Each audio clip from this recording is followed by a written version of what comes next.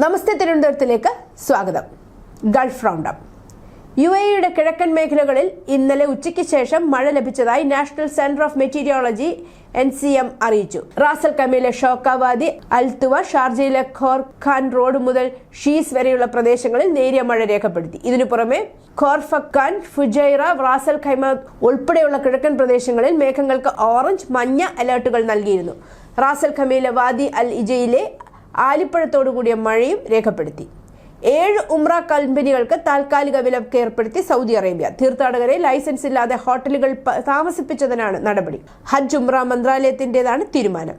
മന്ത്രാലയം നൽകിയ ചട്ടങ്ങൾ പാലിക്കാത്തതിനാണ് കമ്പനികൾക്ക് വിലക്ക് ഏർപ്പെടുത്തിയത്. തീർത്ഥാടകരുടെ സുരക്ഷയും സുഖസൗകര്യങ്ങളെയും ബാധിക്കുന്ന ഗുരുതരമായ ലംഘനങ്ങളാണിതെന്ന് മന്ത്രാലയം വിശദീകരിച്ചു. എമിറേറ്റിലെ തർക്കപരിഹാര പ്രക്രിയയുമായി ബന്ധപ്പെട്ട് പുതുക്കിയ നിയമം പുറപ്പെടുവിച്ച് UAE പ്രധാനമന്ത്രിയും ദുബായ് ഭരണാധികാരിയുമായ Sheikh Mohammed bin Rashid Al Maktoum. സമൂഹത്തിലെ ഓരോ അംഗത്തിനും ഏറ്റവും കാര്യക്ഷമമായ സേവനം ലഭ്യമാക്കുന്നതിന് നിയമങ്ങൾ ആധുനികവൽക്കരിക്കുന്നതിന്റെയും നവീകരിക്കുന്നതിന്റെയും ഭാഗമായാണ് പുതിയ നിയമം രൂപപ്പെടുത്തിയിരിക്കുന്നത്.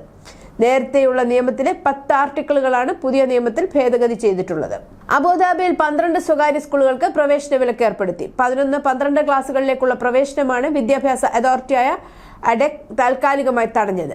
അക്കാദമിക് റെക്കോർഡുകളിലെ പൊരുത്തക്കേടും വിദ്യാഭ്യാസ നിലവാരം പരിഗണിക്കാതെ വിദ്യാർത്ഥികൾക്ക് ഉയർന്ന ഗ്രേഡ് നൽകുന്നതും കണ്ടെത്തിയ സാഹചര്യത്തിലാണ് നടപടി സ്വീകരിച്ചത്. മുൻ മുഖ്യമന്ത്രിയും കോൺഗ്രസ് നേതാവുമായ ഉമ്മൻചാണ്ടിയുടെ 2ാം ചരമദിന അനുസ്മരണ യോഗം ഈ മാസം 25-ന് വൈകിട്ട് ബത്ഹാഡി പാലസ് ഓഡിറ്റോറിയത്തിൽ നടക്കും. പുതുപ്പള്ളി MLAയും ഉമ്മൻചാണ്ടിയുടെ മകനുമായ ചാണ്ടി ഉമ്മൻ സംബന്ധിക്കും. പരിപാടിയുടെ ഭാഗമായി ഈ മാസം 18-ന് ഉച്ചയ്ക്ക് OICC പ്രവർത്തകർക്കായി പ്രസംഗ മത്സരവും പൊതുജനങ്ങൾക്കായി ഈ മാസം 25-ന് കാരിക്കേച്ചർ അടക്കം വിവിധ മത്സരങ്ങളും സംഘടിപ്പിക്കുമെന്ന് സംഘാടകർ അറിയിച്ചു. വിഭജികയുടെ മൃതദേഹം നാട്ടിലും മകൾ വൈഭവിയുടേത് ഷാർജയിലും അടക്കാൻ തീരുമാനമായി. ദുബായ് ഇന്ത്യൻ കോൺസുലേറ്റിൽ നടന്ന ചർച്ചയിലാണ് തീരുമാനം. ഹൃദയം നുറുങ്ങുന്ന വേദന കടിച്ചമർത്തി അവസാനം 2 പേരും ഫ്രീസറിന്റെ തണുപ്പിൽ മരവിക്കുകയാണ്. ഇനിയും എന്റെ പൊന്നുമക്കളുടെ മൃതദേഹങ്ങൾ വെച്ച് കളിക്കാൻ ഞങ്ങൾ തയ്യാറല്ല, കാരണം ഇതൊരു മത്സരമല്ല. വിഭജികയുടെ മാതാവ് ശൈലജയുടെ പ്രതികരണം ഇങ്ങനെയായിരുന്നു. ദുബായ് ഇന്ത്യൻ കോൺസുലേറ്റിൽ നടന്ന ചർച്ചയിലാണ് തീരുമാനം. ശേഷം മാധ്യമങ്ങളോട് വിശദീകരിക്കുകയായിരുന്നു ശൈലജ. മനസ്സിന് വലിയ വിഷമമുണ്ട്, പക്ഷേ ഇനിയും സംസ്കാരം വൈകുമെന്നതിനാലാണ് എല്ലാം സമ്മതിച്ചത്. ആരോടും ഒരു എതിർപ്പുമില്ല. കുഞ്ഞിന്റെ മൃതദേഹം വെച്ച് മത്സരിച്ചൊന്നും നേടാനില്ല. അച്ഛന്റെ അവകാശങ്ങളെല്ലാം മാനിക്കുന്നു. വിഭജികയുടെ മരണം ആത്മഹത്യ തന്നെയെന്നാണ് പോസ്റ്റ്മോർട്ടം റിപ്പോർട്ട്. UAE നിയമത്തിൽ പൂർണ്ണ വിശ്വാസമാണ്. ഇനി റീപോസ്റ്റ്മോർട്ടം വേണ്ട. എന്നാൽ നാട്ടിലെ നിയമ പോരാട്ടം തുടരും. അനുകമ്പയുടെ വാക്കുപോലും നിതീഷിന്റെ കുടുംബത്തിന്റെ ഭാഗത്തു നിന്ന് ഉണ്ടായിട്ടില്ലെന്ന് ശൈലജ പറഞ്ഞു.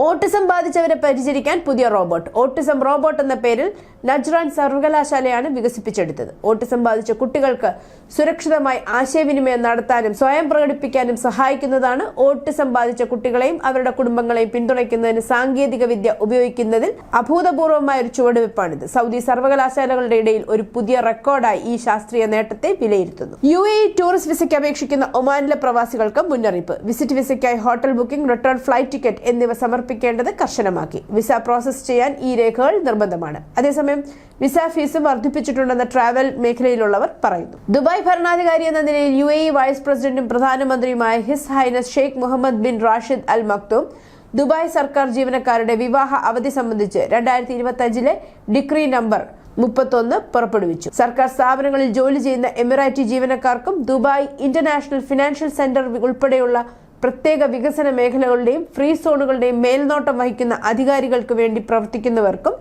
ഈ ഉത്തരവ് ബാധകമാണ്. കേഡറ്റുകൾ ഒഴികെ എമിറേറ്റിലെ എമിറേറ്റി ജുഡീഷ്യൽ അതോറിറ്റി അംഗങ്ങളും എമിറേറ്റി സൈനിക ഉദ്യോഗസ്ഥരും ഇതിൽ ഉൾപ്പെടുന്നു. ഉത്തരവ് പ്രകാരം ഒരു ജീവനക്കാരന് 10 പ്രവൃത്തി ദിവസത്തെ പൂർണ്ണ ശമ്പളത്തോടു കൂടിയ വിവാഹ അവധിക്ക് അർഹതയുണ്ട്. ന്യൂസ് ഡെസ്ക്, നമസ്തേ തിരുവനന്തപുരം.